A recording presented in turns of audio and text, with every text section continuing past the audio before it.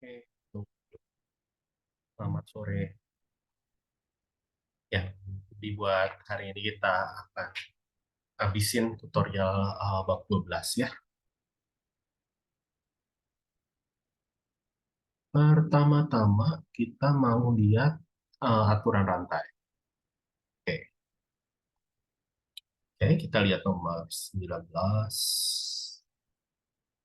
Kita mau lihat 19 yang B.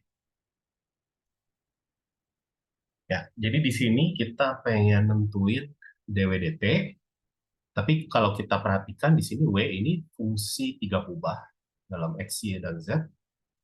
Tapi X, Y, sama Z-nya ini fungsi dalam T. Tuh.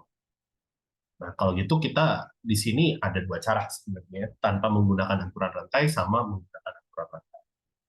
Kalau tidak mau menggunakan aturan rantai ya sebenarnya bisa gitu. Ya, caranya ya tinggal substitusi saja gitu ya sebenarnya.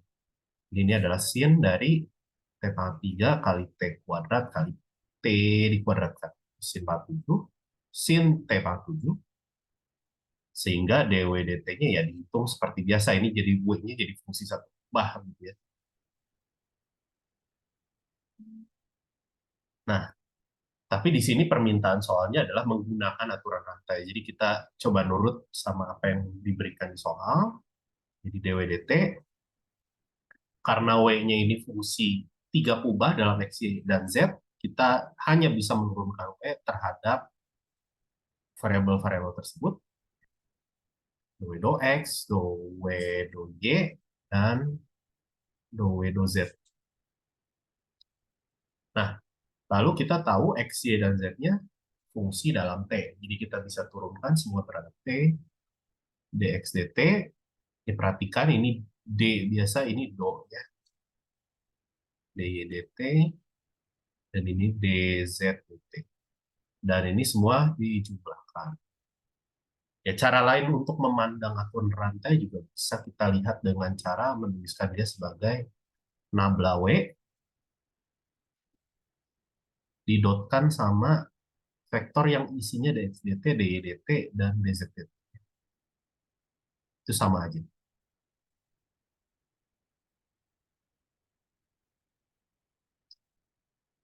Ya. Oke, kalau gitu kita coba pandang pakai baris yang pertama aja. Do W do X, apa itu Do W do X? Ya, kita turunkan secara parsial sin X, Y, Z kuadrat terhadap X. Turunin sinnya dulu,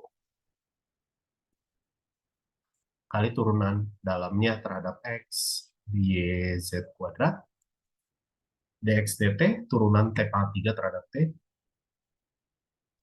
Do W do Y, turunkan terhadap Y dalamnya, dikali turunan T kuadrat, sama Do W do Z.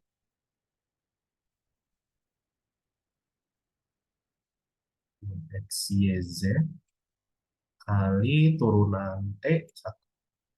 Nah, di sini do W do T-nya diinginkan dituliskan sebagai fungsi dalam T. Jadi disubstitusi semuanya yang ada X, Y, sama Z ganti semua dalam T. Ya. Jadi kita punya apa? Cos X, Y, Z kuadrat. Kalau saya potret, X, Y, Z kuadrat itu adalah T pangkat 3 kali T kuadrat kali T dikuadratkan. Itu T pangkat 7. Ya. Cos T pangkat 7 kali Y, Z kuadrat. Ini adalah T kuadrat kali T kuadrat kali T kuadrat lagi. Jadi 6 T pangkat 6 tambah cos T pangkat 7, sorry bukan 6, ini 3 T pangkat 7. X, Z kuadrat, berarti T pangkat 3 dikali T kuadrat, dari T. Ini buat T pangkat. Dan ini cos T pangkat 7. X, Y, Z, T pangkat 3 kali T kuadrat kali T, T pangkat 6 kali 2 T pangkat 6. Jadi kalau ini kita kelompokkan dan disederhanakan, ya hasilnya sama persis dengan cara kita yang langsung tadi, ya, tanpa menggunakan aturan rantai. Gitu. Ya, jadi ya kalau nggak mau pakai aturan rantai, ya selama diperbolehkan di soalnya ya silakan aja substitusi nggak apa-apa. Tapi di sini permintaannya harus pakai aturan rantai, ya harus nurut ya. Ini kasus di mana si variabel bebasnya ini bergantung dari satu variabel. Kalau soal selanjutnya di nomor 20, ini si variabel bebasnya bergantung dari dua variabel. Jadi triknya sebenarnya sama. Em, di sini permintaannya mencari do W do S dan do W do T. Jadi di sini X, Y sama Z-nya, kita mau ngerjain nomor 20B, ini adalah fungsi dari S dan T, jadi fungsi mengubah.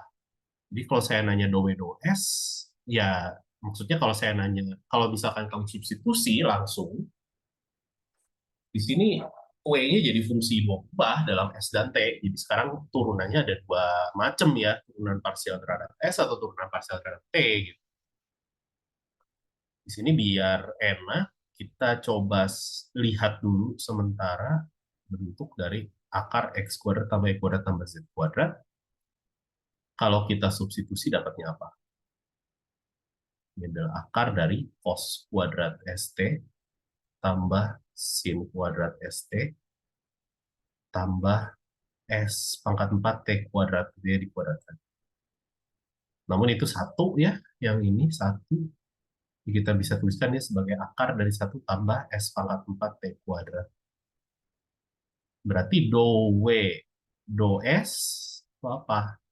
Ya do W do X kali do X do S ya. Sekarang pakai do karena turunan parsial. Do W do Y kali do Y do S dan do W do Z kali do Z do S. Jadi apa? Do W do X ya kita turunkan akarnya dulu di 1/2 akar ini dikali X ya, dikali 2X ya turunan dalamnya. Lalu, oh ya ini bisa coret ya, jadi duanya hilang. Jadi gini dong. Lalu dikalikan dengan turunan X terhadap S, ini harus pakai ukuran rantai, turunannya adalah minus sinus ST ya. Dikali T. Oke, lanjut. Do do Y, ya sama caranya. Dapatnya jadi gini. Kali do Y do S. Ini cos ST kali T. Lalu do W do Z sama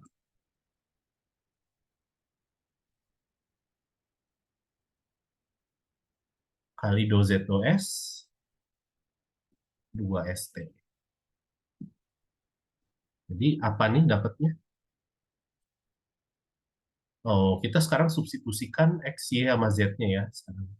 Jadi cos ST min sin ST T bagi akar ini kan udah dihitung jadi akar 1 + S⁴ T kuadrat tambah sin ST cos ST kali T bagi akar 1 + S⁴ T kuadrat tambah S kuadrat T kali 2ST jadi 2S⁴ T kuadrat dibagi akar 1 + S⁴ T kuadrat. Dan ini habis ya, suku pertama, suku kedua habis.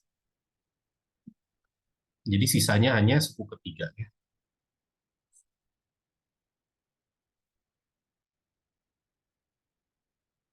Gitu. Itu do W do S, do W do T kita bisa lakukan dengan cara yang serupa. Kita tuliskan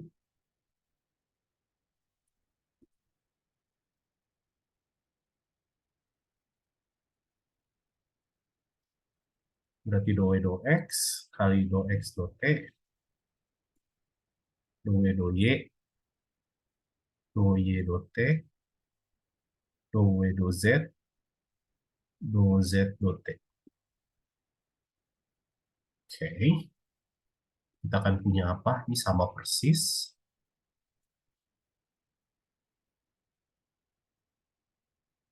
Do X do T-nya jadi apa? Jadi minus sin ST kali S. Dou dou Y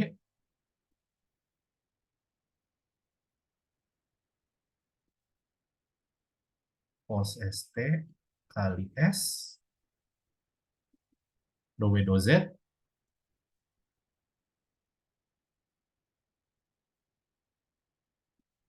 kali turunan Z terhadap T. Jadi S kuadrat. Substitusi lagi semuanya.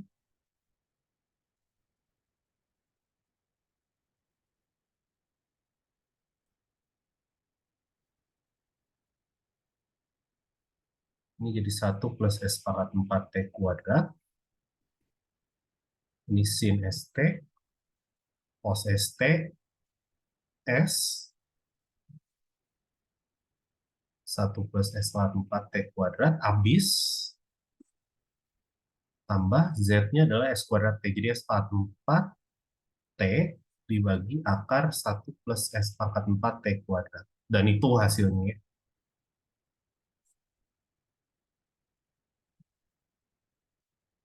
Dan pertanyaan selanjutnya adalah hitung dou dou T di S-nya pi, T-nya setengah. Udah.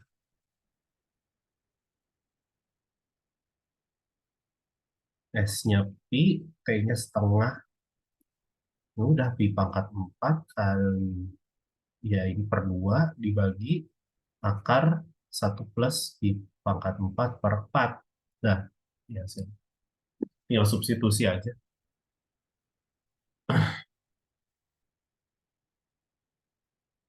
Begitu. Nomor 19 dan 20 ya.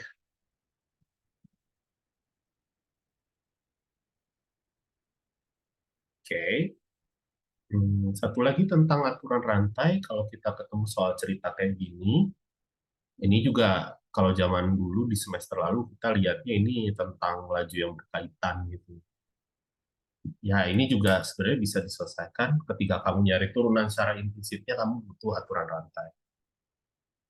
Di sini ceritanya adalah kamu punya setumpuk pasir, pasirnya ngebentuk kerucut gitu, terus dikucurin pasir gitu. Ya, otomatis volume si kerucutnya ini semakin lama semakin membesar, akibatnya si tinggi kerucutnya membesar, jari-jarinya juga membesar. Nah, membesarnya secepat apa yang mau kita cari tahu gitu.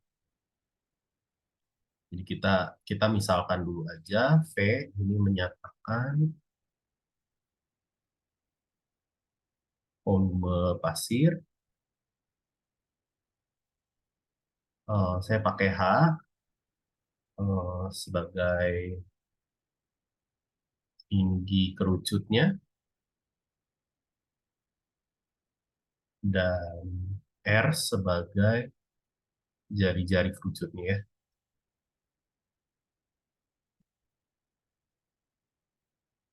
Yang kita tahu volume pasir ini ya bentuknya kerucut pi per 3 kali jari-jari kuadrat kali tinggi.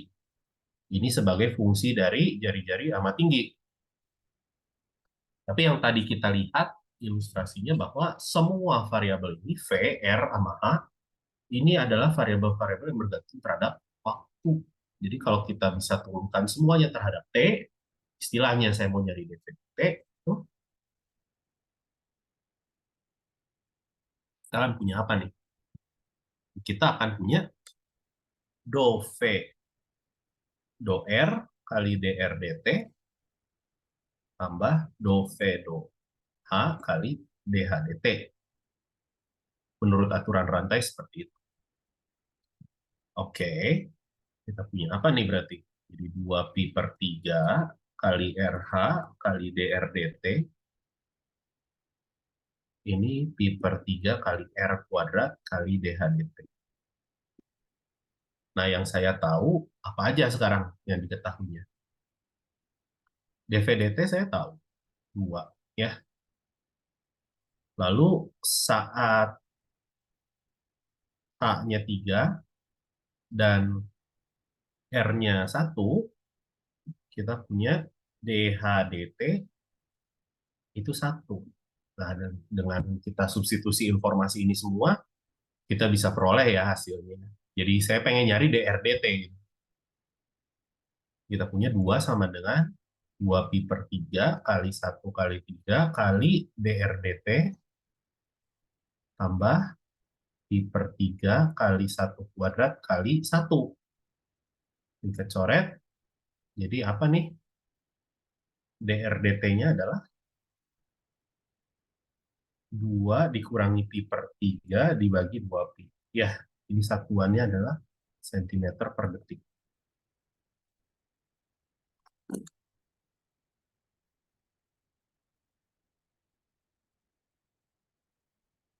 Oke, tentang aturan rantai gimana? Ada pertanyaan dulu sejauh ini?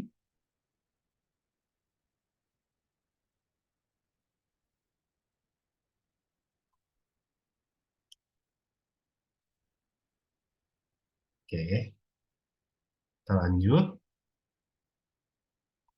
ke bidang singgung. Jadi ini ada beberapa objek yang terdengar berbeda, tapi sebenarnya sama-sama semua gitu ya. Jadi kita mau lihat bidang singgung, kita mau lihat diferensial, kita mau lihat polinom Taylor, itu semua sama sebenarnya. Itu semua sama. Ya. Jadi kalau bidang singgung, ya namanya juga mau nyari persamaan bidang. Ya kembali lagi ke bab yang dulu tuh, bab berapa? 11 gitu. Yang kamu belajar persamaan bidang. Nah, itu kan butuh 2, butuh titik sama butuh vektor normal. Sekarang kalau bidang singgung, vektor normalnya itu spesial. Vektor normalnya adalah vektor gradien. Tapi dengan catatan permukaannya kamu bikin dulu dalam bentuk fx, y, z sama dengan 0. Jadi vektor gradiennya di sini adalah nabla f di titik yang mau kamu cari gitu ya, bidang singgungnya.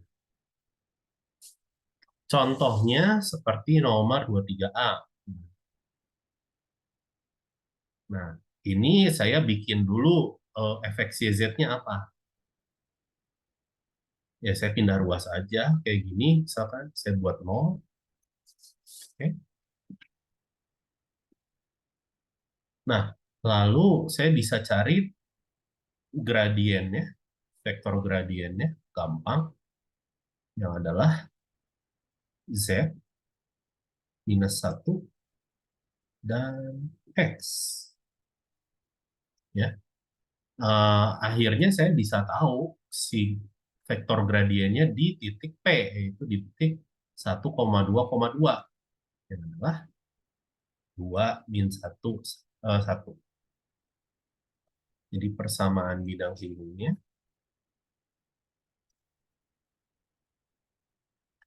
ya kalau kita ingat-ingat lagi, eh, kita misalkan tetapkan satu buah titik, ini titik P-nya, berarti persamaan bidang singgungnya adalah X min X0, Y min Y0, Z min Z0. Ini menyatakan vektor yang ada pada bidang. Kalau saya dotkan sama vektor normalnya, harus 0.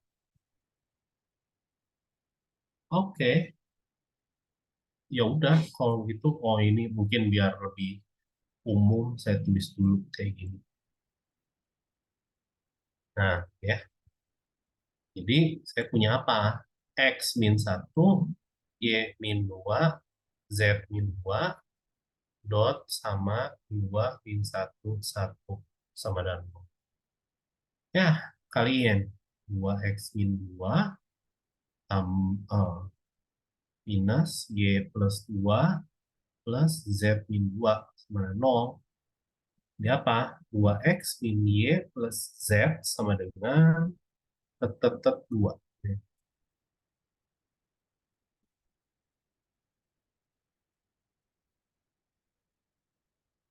Kayak gitu, gampang.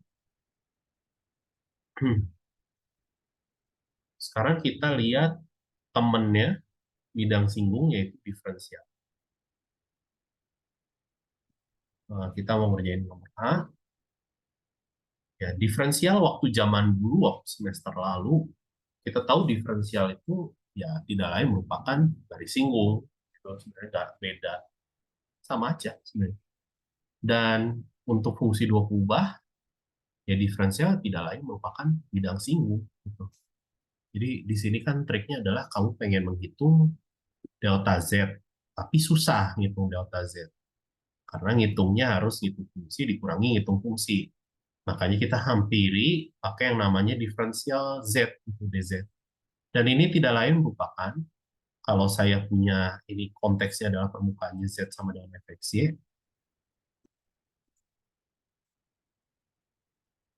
ini tidak lain merupakan nabla F dihitung di titik yang mudah dihitung, itu didotkan sama perubahan nilai X sama perubahan nilai Y-nya.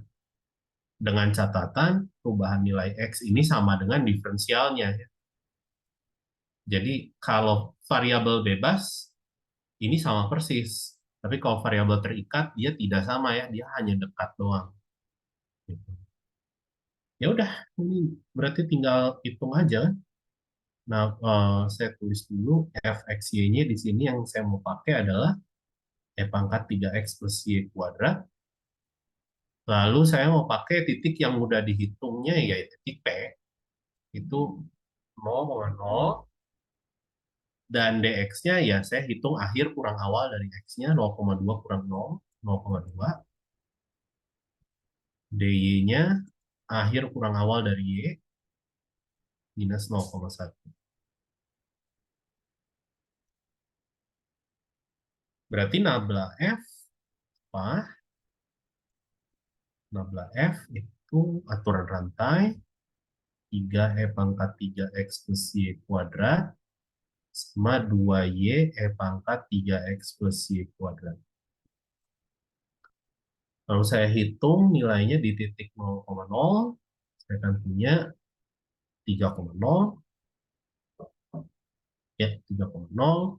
Maka dari itu delta Z kita hampiri atau kita taksir dengan diferensial Z yang adalah 3,0 dot 0,2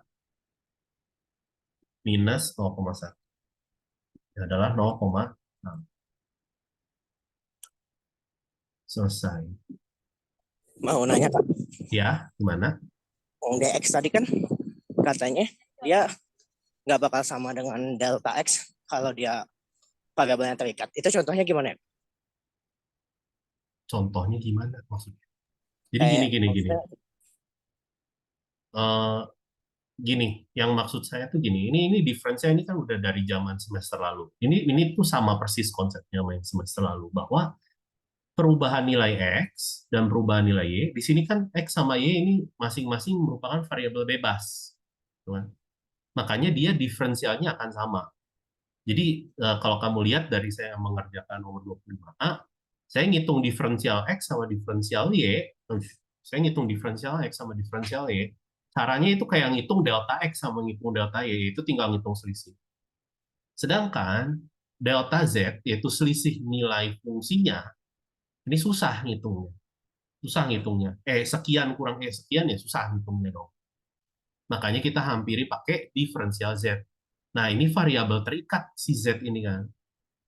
Makanya nggak mungkin sama. Yang mungkin cuma dekat gitu. Yang kita bisa ngomong, diferensial itu hanya dekat dengan eh, selisih nilai fungsinya gitu.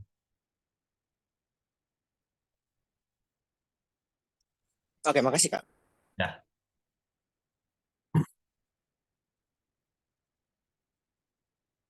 oke, sip.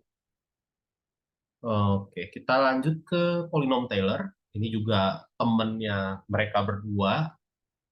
Jadi masih sama-sama juga sebenarnya si bentukan rumusnya dan lain-lainnya. Di sini ada pertanyaan polinom Taylor order 1 sama order 2. Oke, kita lihat dulu si order 1. Polinom Taylor order 1, ini saya catat polinom Taylor untuk fungsi fxy di sekitar A, B gitu ya. Nah, polinom Taylor order 1 itu tidak lain merupakan persamaan bidang singgung. Itu sama persis. bayangin ini Z-nya, ini Z0 plus ya nabla F didotkan sama X min A, Y min B gitu. Jadi ini sama persis dengan persamaan bidang simpul. Atau ini saya tuliskan dalam bentuk yang lebih oke, itu adalah FA, B. Nah, kalau saya stop sampai sini, ini polinom Taylor order 0 ya, hasilnya konstan. Ditambah nabla F, A, B, dot vektor isinya X min A, Y min B. Nah, ini kan kayak diferensial lagi nih. Ya, kalau kamu perhatiin ini diferensial. Ya, jadi semuanya sama gitu sebenarnya. Atau kalau mau dijabarkan, boleh. Biar lebih jelas, ini ditambah turunan parsial terhadap X dihitung di A, B dikali dengan X min A ditambah turunan parsial terhadap Y dihitung di A, B dikali sama Y min. Ini polinom Taylor order 1. Lalu untuk order 2-nya, ini ya lanjutannya ada lagi. Jadi polinom Taylor order 1 yang sudah kita hitung, ada tambahan suku kuadratnya. Gitu. Nah, kalau kamu perhatiin, waktu zaman belajar deret Taylor ya, kalau order 2-nya berarti turunan kedua. Nah, sekarang turunan keduanya ada 4 jenis. fxx, fyy, fyx, sama fxy. Nah, cuman kita pakai asumsi di sini bahwa kita hanya membahas fungsi yang baik-baik saja, sehingga turunan parsial campuran ini kita anggap sama. Ya. Jadi di sini saya akan punya fyx sama dengan fxy, tapi kita jabarin dulu. Di turunan keduanya ada apa aja nih? Oh, turunan keduanya ada fxx. Gitu. Kita hitung di A, B. Ingat yang deret Taylor zaman dulu, ini dibagi 2 faktorial gitu. Nah, ini dikali X min A dikuadratkan, karena ini punyanya si X, ditambah FYY,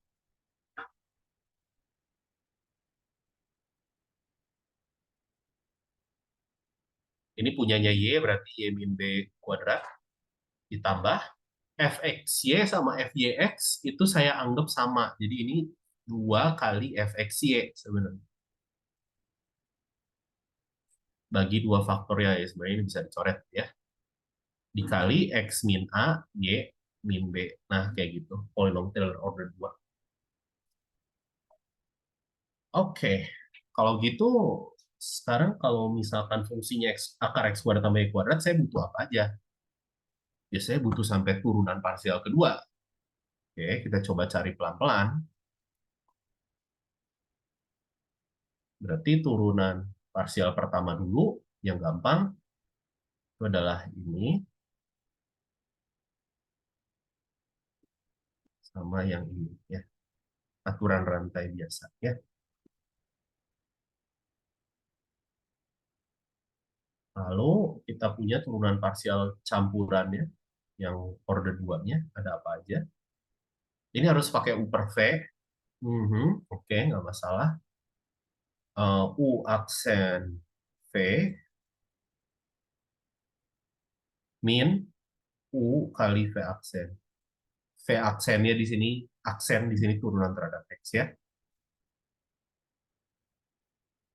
dibagi V kuadrat.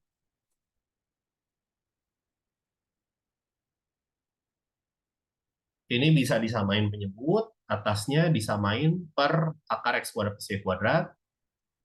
Jadi kita punya X kuadrat plus Y kuadrat min 2X, min X kuadrat. Penyebutnya turun ke bawah. Jadi X kuadrat plus Y kuadrat pangkat 3 per 2. Rapiin sedikit, jadi Y kuadrat per X kuadrat tambah Y kuadrat pangkat 3 per 2. Sekarang F, Y, Y, sama caranya. Ya, lihat ini turunin terhadap Y.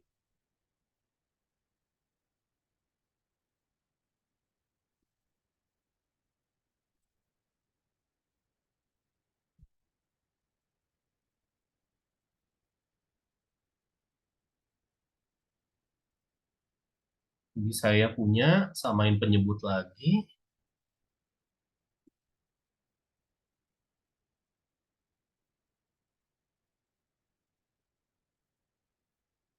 Sisanya adalah X kuadrat per X kuadrat tambah Y kuadrat pangkat 3/2. Satu lagi fxy.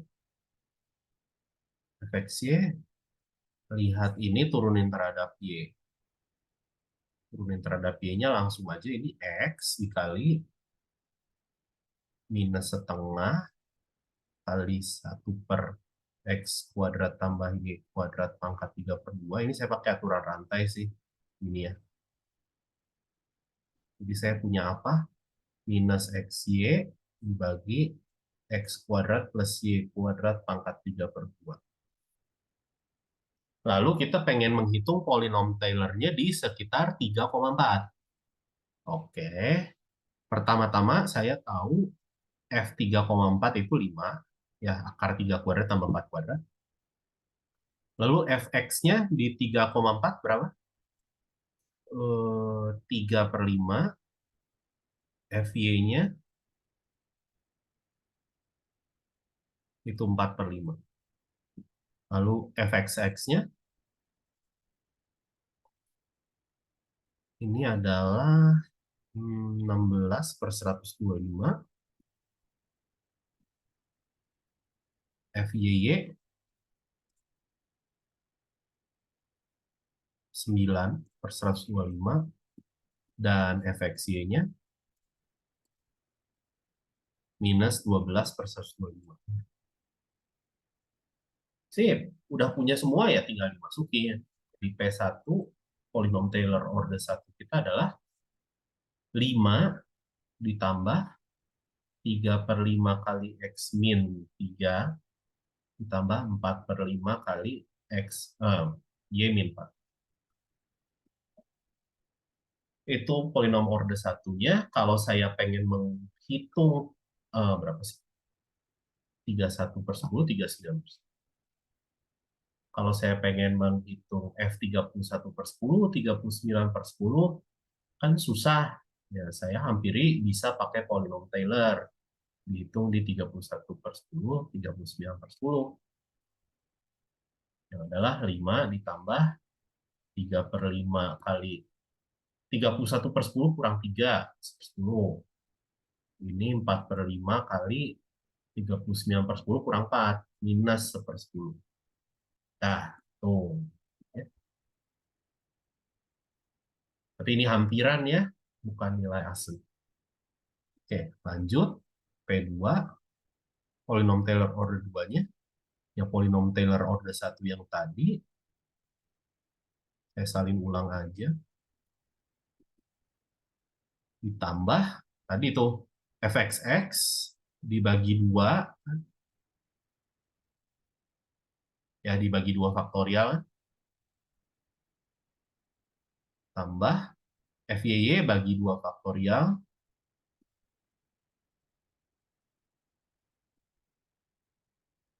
tambah fxy doang.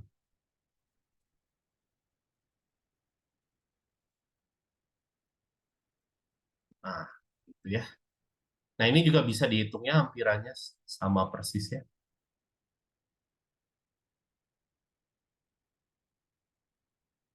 Ya, ini mah lanjutin sendirilah, tinggal ngitung. Ya.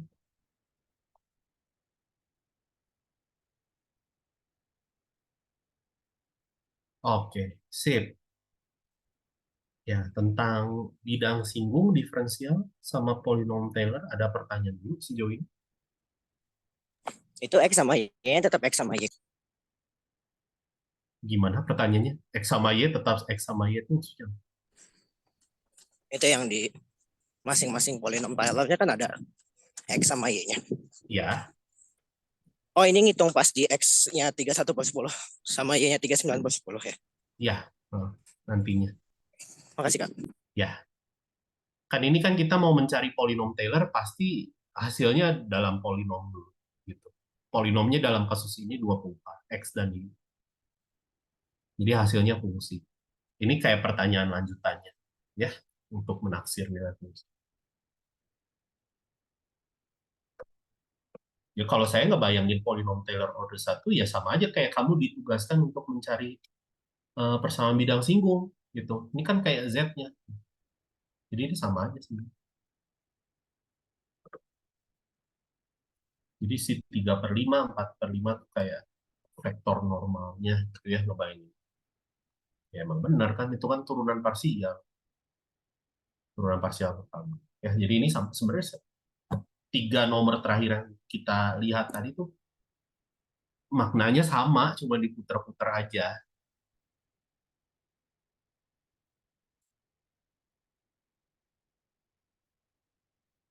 Oke, ada pertanyaan lain?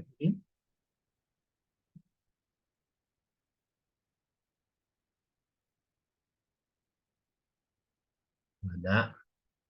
Oke, sekarang kita masuk ke maksimum minimum ya. Nah, jadi maksimum minimum kalau kita ingat lagi zaman semester 1, kita pengen nyari yang namanya titik kritis. Titik kritis itu ada tiga, titik stasioner, titik singular, sama titik ujung. Kalau zaman dulu sih titik ujung selang, ya. Saya kasih tanda kutip dulu. Di sini titik stasioner, titik singular, definisinya masih analog ya kalau fungsi dua kubah atau lebih. Dulu kan titik stasioner itu titik di mana turunannya nol. Nah, sekarang yang menjadi analog dari turunan apa? Si vektor gradien, ya. Saya pengen titik di mana nabla f-nya nol. Kalau titik singular di mana nabla f-nya tidak ada gitu ya. Artinya tidak ada turunan parsial. Nah, kalau titik ujung selang, kalau zaman dulu sih fungsi satu kubah ya ujung selangnya kiri sama kanan jelas.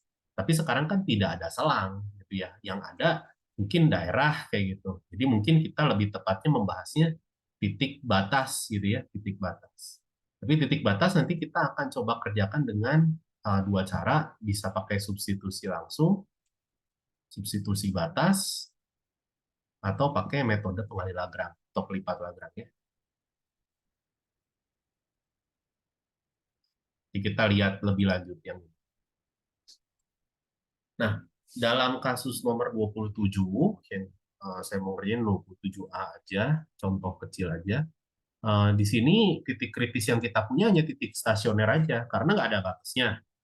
Terus turunan parsialnya juga jelas terlihat, bisa dihitung ya, maksudnya ada gitu hasilnya.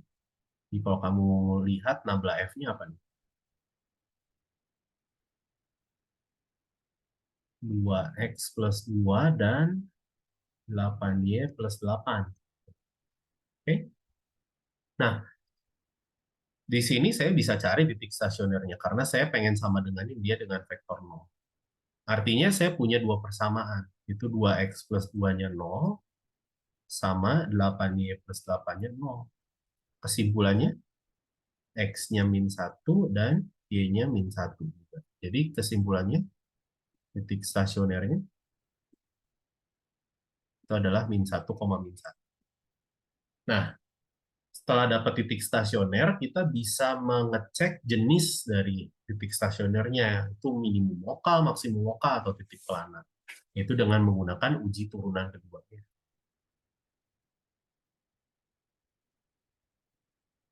Nah, ini juga sebenarnya sama persis kayak yang semester lalu lagi uji turunan keduanya.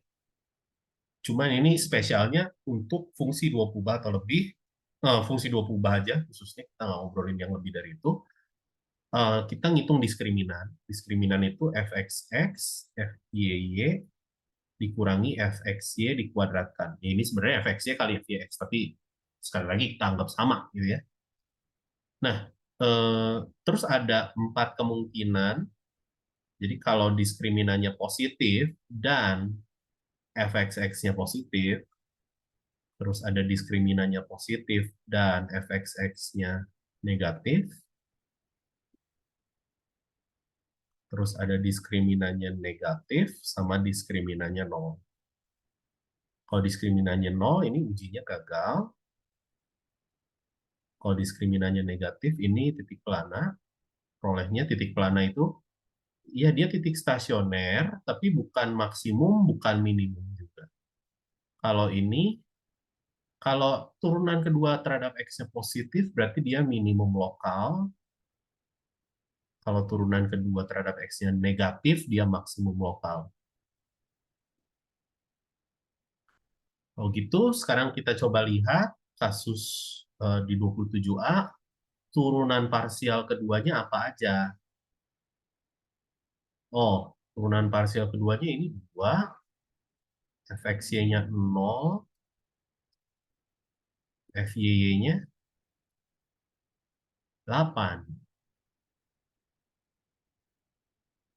Artinya diskriminannya 16 ya, 16 kurang 0 kuadrat.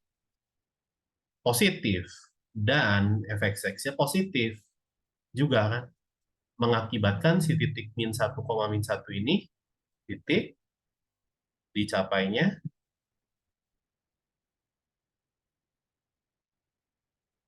minimum lokal.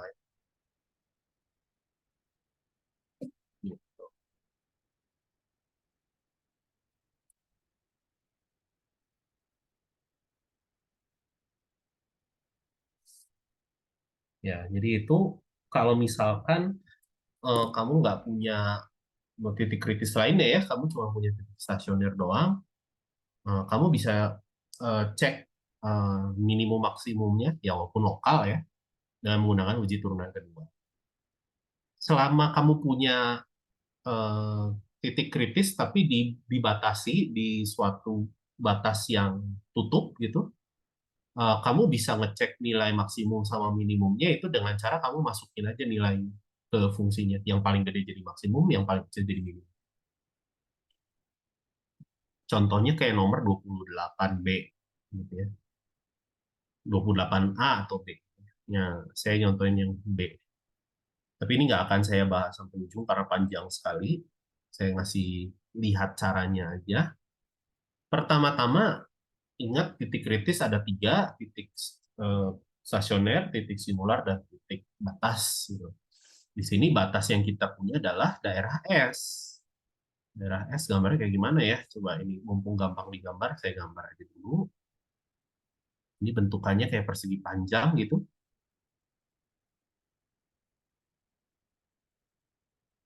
Kira-kira aja ya. Ini kayak gini gitu ya. Hmm.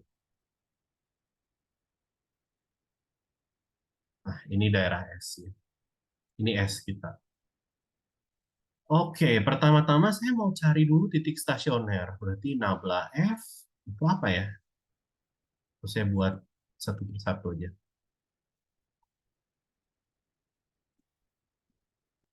Lalu ini,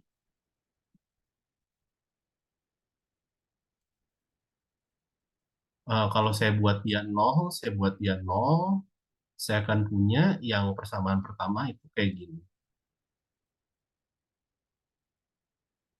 Artinya saya punya X-nya plus minus 1. Kalau persamaan kedua saya punyanya kayak gini.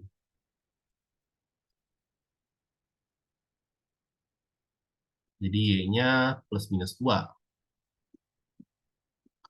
Jadi kesimpulannya titik stasionernya ada 4. Kan ada kombinasinya ada 4 berarti ya. Min 1, min 2, min 1, 2, 1, min 2, dan 1, 2. Cuma kita tidak mau mempedulikan titik stasioner yang ada di luar S. Yang kita mau pedulikan yang ada di dalam ini aja, seperti di panjang ini. Berarti yang keluar ini tidak ada di dalam S, ini tidak ada di dalam S ya. Yang ini dan ini ada di dalam S. Jadi kita anggap ini dalam perhitungan kita. Oke, kayak gitu. Lalu sekarang kita mau lihat titik batas. Tapi di sini untuk menggunakan metode pelipat Lagrange ini ribet. Kenapa? Karena si batas atau kendala yang kamu punya ini bentuknya tidak terturunkan ya karena ini punya titik-titik yang lancip gitu dan nggak bisa didefinisikan dalam satu buah persamaan yang sederhana. Jadi ribet. Jadi lebih enak kalau kita substitusikan aja kalau dalam kasus ini. Namun di sini ada 4 kasus, saya namain aja S1, S2, S3, dan S4. Dan kita harus ngerjain 4-4. Saya contohin beberapa aja. Kalau S1 ini artinya apa? Ini artinya ruas garis. Ruas garis yang kayak gimana? Di sini Y-nya 0, tapi X-nya dari min 2 sampai 2. Nah, kalau gitu si fungsi di S1, ya si F di S1 itu apa? F dari X, 0 dong. Dan ini adalah X pangkat 3 min 3X. Dan ini kita punya X-nya berada di selang min 2 sampai 2. Nah, tugas kamu di sini, kamu cari nilai maksimum sama minimum dari fungsi ini di selang tutup ini.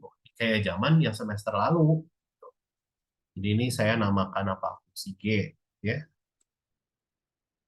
ya udah, G aksennya apa? G aksennya persis kayak tadi. Jadi titik stasionernya ada. Itu di X-nya plus minus 1. Masuk semua ke dalam selang. Titik singular ada nggak? Nggak ada. Dan titik ujung selang ada, yaitu di X-nya min 2 sama X-nya 2. Jadi dalam kasus yang pertama, kita sudah punya titik kritis, ada 4 ya.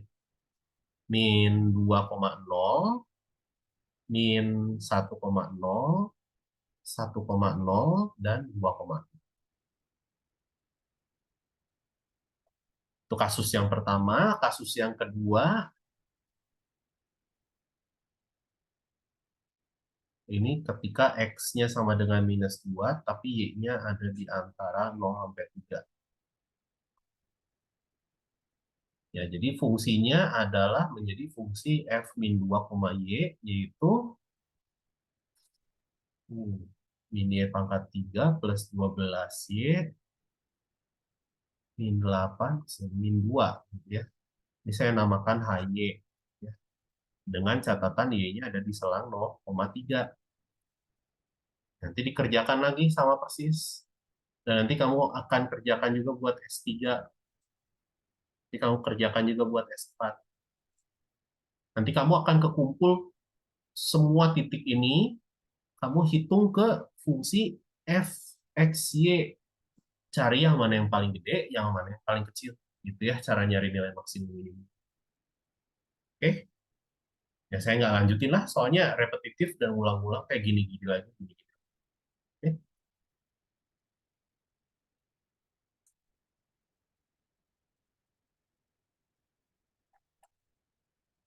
Sip. Nah, sekarang saya mau lihat 3 soal terakhir, yaitu tentang metode pelipat Lagrange atau pengali Lagrange. Kita lihat dari yang gampang dulu, yang dua kubah. Jadi metode pelipat Lagrange, intinya saya pengen lihat kendalanya. Jadi ini kan sebenarnya tipe soalnya adalah memaksimumkan atau meminimumkan suatu fungsi. Ya, fungsinya bisa 2 kubah, bisa 3 kubah. Saya nulis fungsi F gitu ya, terhadap kendala. Kendalanya fungsi G. G-nya saya buat sama dengan 0. Nah, yang saya perlu kerjakan adalah saya cari nabla F, saya cari nabla G, nanti saya harus menyelesaikan sistem persamaan tertentu. Jadi di sini sekarang saya buat fungsi G-nya dulu, yaitu adalah X kuadrat plus 2Y kuadrat minus 4 sama dengan 0. Berarti nabla F-nya apa? Nabla F-nya gampang, itu Y, X. Nabla G-nya apa? Nabla G-nya juga gampang, yaitu adalah 2X, 4Y. Ya. Nah, metode pengali Lagrange, intinya saya harus menyelesaikan sistem persamaan nabla F sama dengan lambda kali nabla G, dan G-nya harus saya buat 0. Ini artinya apa? Saya punya Y, X sama dengan lambda dikali 2X, 4Y, dan kendalanya saya buat 0 ya. Lagi ke semula. Atau ini saya jabarkan lagi per komponen vektornya saya punya apa? Y sama dengan 2 lambda X. X sama dengan 4 lambda Y. Dan X kuadrat tambah 2Y kuadrat sama 4. Ya, jadi saya punya persamaan 1, persamaan kedua, persamaan ketiga. Nah, ini eh, menurut saya yang paling susahnya kalau metode pelipat Lagrange ya, karena kita harus menyelesaikan sistem persamaan yang tidak linier. Jadi memang butuh pinter-pinter di sini. Nggak ada cara pastinya seperti apa. Cuman yang kita bisa lihat untuk nomor 29 ini, kita harus selalu memperhitungkan kasus di mana X-nya bisa 0, Y-nya bisa 0, apa yang terjadi. Tapi di sini untuk nomor ini nggak mungkin 0. Kenapa?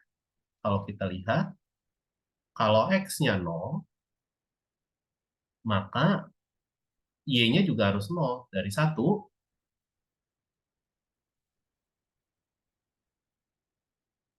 Y jadi 0 ya. 2 kali lambda kali 0 jadi 0. Namun, namun dari 3, kita punya 0 kuadrat tambah 2 kali 0 kuadrat. Ini nggak sama dengan 4. Jadi, eh, kita kasih kesimpulan sehingga X-nya nggak boleh 0. Ya, serupa dengan itu, Y juga nggak boleh 0 ya. Kalau Y-nya 0, berarti dari persamaan kedua X-nya 0, nanti kejadiannya sama. Persamaan ketiganya jadi dilanggar. Artinya X-nya nggak 0, Y-nya nggak 0. Kesimpulannya apa? Kesimpulannya, kalau kita lihat persamaan pertama, X-nya nggak 0 kan? Jadi saya bisa bagi dengan X dong. Y per X sama dengan 2 lambda. Atau lambdanya adalah Y per 2X. Ya, Y per 2X. Nah, sekarang kalau persamaan kedua, saya lihat Y-nya nggak 0, jadi saya bisa bagi X per 4Y sama dengan lambda. Nah, ini akibatnya apa? Y per 2X sama dengan X per 4Y. Jadi kita bisa kali silang, kita punya 2Y kuadrat sama dengan X kuadrat. Ya. Jadi kita punya persamaan ini, kita bisa substitusikan hubungan itu ke persamaan ketiga. Sekarang, mau substitusi yang mana? Bebas. Misalkan Y aja deh, gitu ya. Jadi 2Y kuadrat tambah 2Y kuadrat sama dengan 4. Artinya Y kuadrat sama dengan 1. Artinya Y sama dengan plus minus 1. Karena 2Y kuadrat sama dengan X kuadrat, ini mengakibatkan X-nya plus minus seperakar 2 ya. Enggak, plus minus akar 2. Oke. Jadi kita punya berapa kemungkinan? Kita punya di sini hmm, 4 kemungkinan. Kita punya ada minus akar 2, minus 1. Saya nyebutnya apa? Titik kritisnya. Minus akar 2, minus 1. Minus akar 2,1. Akar 2, minus 1. Dan akar 2,1. Tugas kamu adalah menentukan yang mana yang paling besar nilai fungsi. Ya, itu tinggal dimasukin.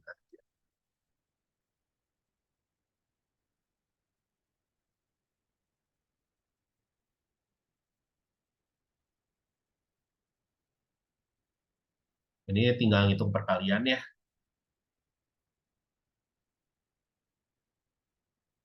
Jadi ini nilai maksimum.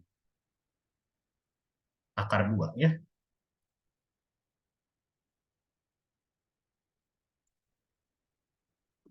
Begitu.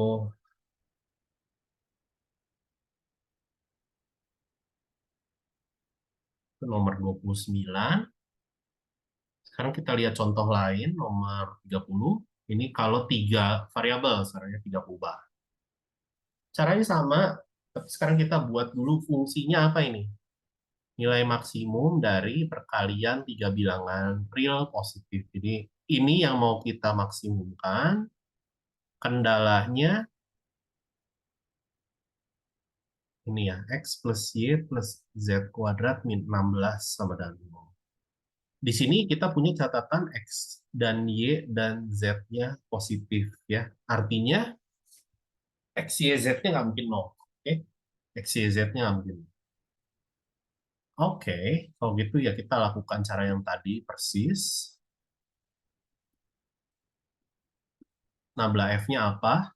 X, Y, X, Z, Y, Z. Nabla G-nya 1, 1, 2, Z.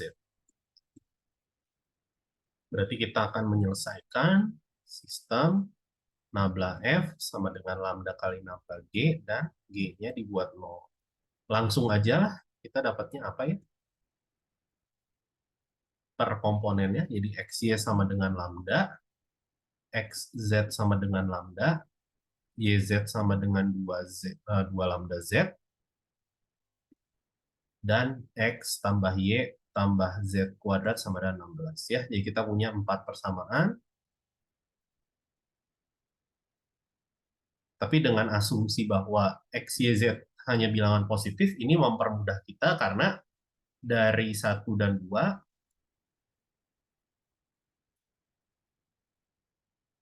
kita akan punya X, Y sama dengan X, Z.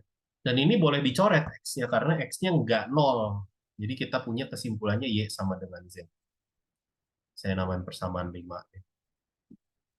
Udah itu dari persamaan ketiga juga kita bisa lihat ya. Kita bisa lihat apa nih? YZ sama dengan 2 lambda Z. Ya, misalkan mau pilih 1 gitu, 1 dan 3. Jadi YZ sama dengan 2X YZ gitu ya. Ini YZ-nya bisa kecoret gitu kan. Jadi X-nya sama dengan setengah ya. Ya, X-nya sama dengan setengah. Ya udah, sekarang kita tinggal ke 4 aja. Ini setengah, Y-nya Z, Z-nya Z kuadrat 16. Ntar, enak nggak ya kalau ngerjain gini? Kalau X, Z,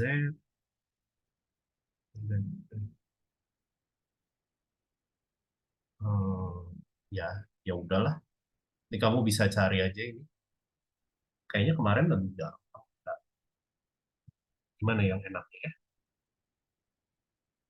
Dia sama dengan 2 lambda. Ini Z. X, Y, Z. Ya, boleh-boleh aja sih. Ya, nanti ini jadi Z kuadrat. Z kuadrat plus Z min berapa nih? Min 31/2. Nanti bisa difaktorkan harusnya Z. Dari sini, ya nanti Y-nya bisa dapat gitu. Nah, nanti tinggal dibandingkan lagi. Ya.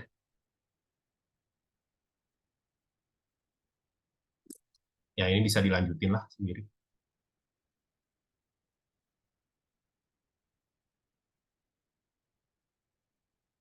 Tapi ingat ya, kita pengen nyari yang positif ya nilainya. Jadi kalau semisal ini difaktorkan ada yang Z-nya negatif, kita nggak usah anggap. Kita ambil Z yang positif nilainya.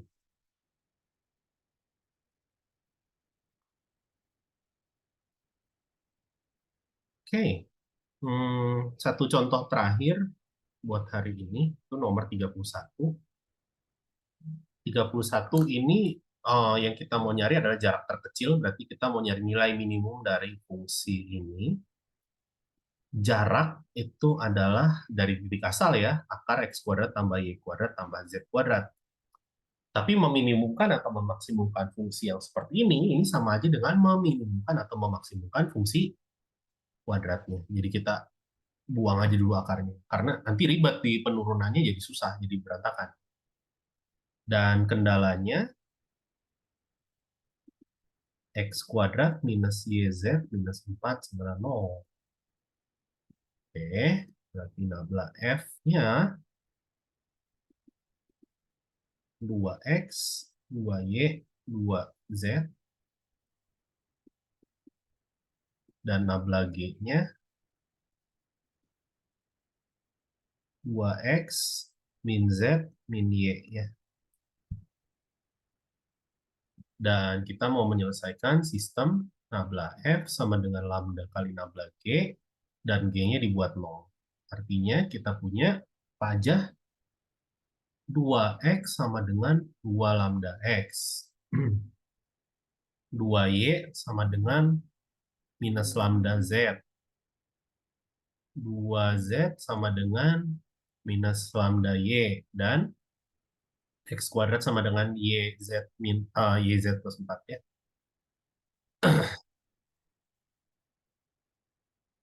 Kita punya 4 persamaan yang mau diselesaikan. Sini. Kita lihat dulu dari persamaan pertama. 2X sama dengan 2 lambda X. Di sini tidak ada asumsi apa-apa ya. X-nya bisa aja 0.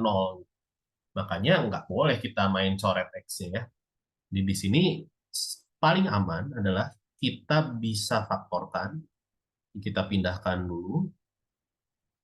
Ini 2X, 1 min lambda. 90. Kesimpulannya apa? Kesimpulannya X-nya bisa 0 atau lambdanya yang 1. Ya. Nah, saya pandang ini sebagai kasus yang A, ini kasus yang B. Oke, sekarang kasus A dulu. Kalau X-nya 0, apa yang terjadi? Yang terjadi, kita lihat ke persamaan 4, kita akan punya YZ sama dengan minus 4. Ya, karena X kuadratnya jadi 0. Oke, ini ngasih kesimpulan bahwa Y dan Z-nya tidak mungkin 0. Ya, bahwa ya kalau Y sama Z-nya salah satunya 0, ya nanti perkalian jadi 0. Kan kita nggak mau. Perkaliannya harus minus 4.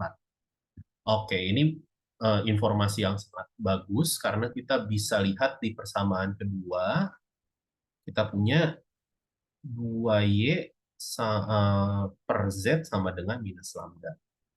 Dan dari persamaan ketiga, kita punya 2Z per Y sama dengan minus lambda.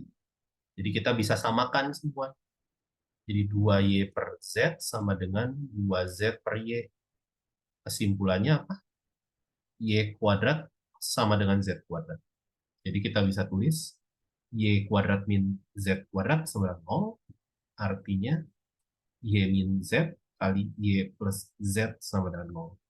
Artinya Y sama dengan minus Z atau Y sama dengan Z. Balik lagi ke persamaan ini. Ya. Jadi kita punya Y kali minus Y, ya, atau Z minus Z kali Z sama dengan, oh ini ada dua kasus. Oke, oke. Saya harus pandang dua kasus lagi. Ya ampun. Ini kasus Romawi 1, ini kasus Romawi 2, gitu misalkan ya. Kasus Romawi 1 dulu. Kita punya Y-nya minus Z. Jadi minus Z kuadrat sama dengan minus 4. Ini akibatnya Z-nya ya plus minus 2. Kalau Z-nya plus minus 2, berarti Y-nya minus plus 2. Nah, dibalik. Jadi kita punya dua titik ya di sini ya. Jadi ada uh, X-nya 0. 0 minus 2, 2. Dan 0, 2 minus. Kalau kasus Romawi 2 apa? Z kuadrat sama dengan minus 4. Ini tidak, ya, tidak ada solusi real ya. Jadi kita abaikan aja. Nah, jadi dari kasus yang A, kita hanya punya dua titik. Ini titik kritisnya ya. Sekarang kalau dari kasus yang B, apa yang terjadi? Sekarang kita lihat yang ada lambda-lambdanya dong. Kita lihat dari persamaan kedua, kita punya apa? 2Y sama dengan minus Z. Dari persamaan ketiga, kita punya 2Z sama dengan minus Y. Ini bisa kita satukan dulu nggak? Jawabannya bisa, karena saya bisa tuliskan ini menjadi apa? Kalau saya substitusikan ke sini, 2 kali minus 2Z sama dengan minus Z. Gitu ya. Artinya apa? Artinya kalau saya pindahin ruas, jadinya minus 3Z sama dengan.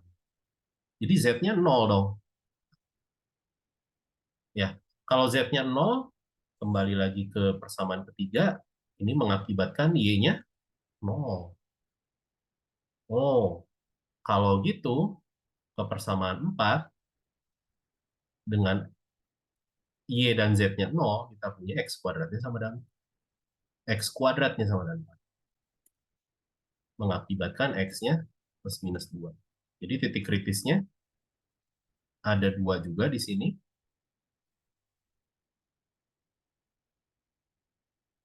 Minus 200 dan 200. Udah, udah semua kasus sudah diperoleh. Jadi kita punya 4 titik kritis. Tugas terakhir kamu adalah mengecek nilainya di F. Tapi hati-hati, ini bukan jarak ya. Yang F ini bukan jarak, tapi ini kuadrat jarak. Jadi kalau ditanya jaraknya, ambil akarnya gitu ya. Nah, yang kamu pengenin adalah jarak terkecil. Ya, sama saja dengan mencari kuadrat jarak terkecil, nanti diakarkan. Sip, gitu kira-kira. Jadi memang macam-macam ya triknya kalau menyelesaikan pelipat Lagrange. Karena ya tergantung sistem persamaannya kamu dapetnya kayak gimana. Nggak ada cara pastinya.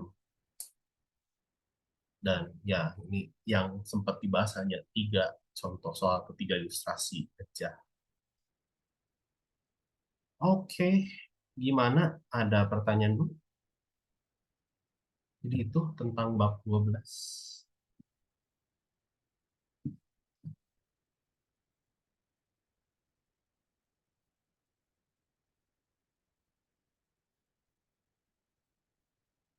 Nggak ada?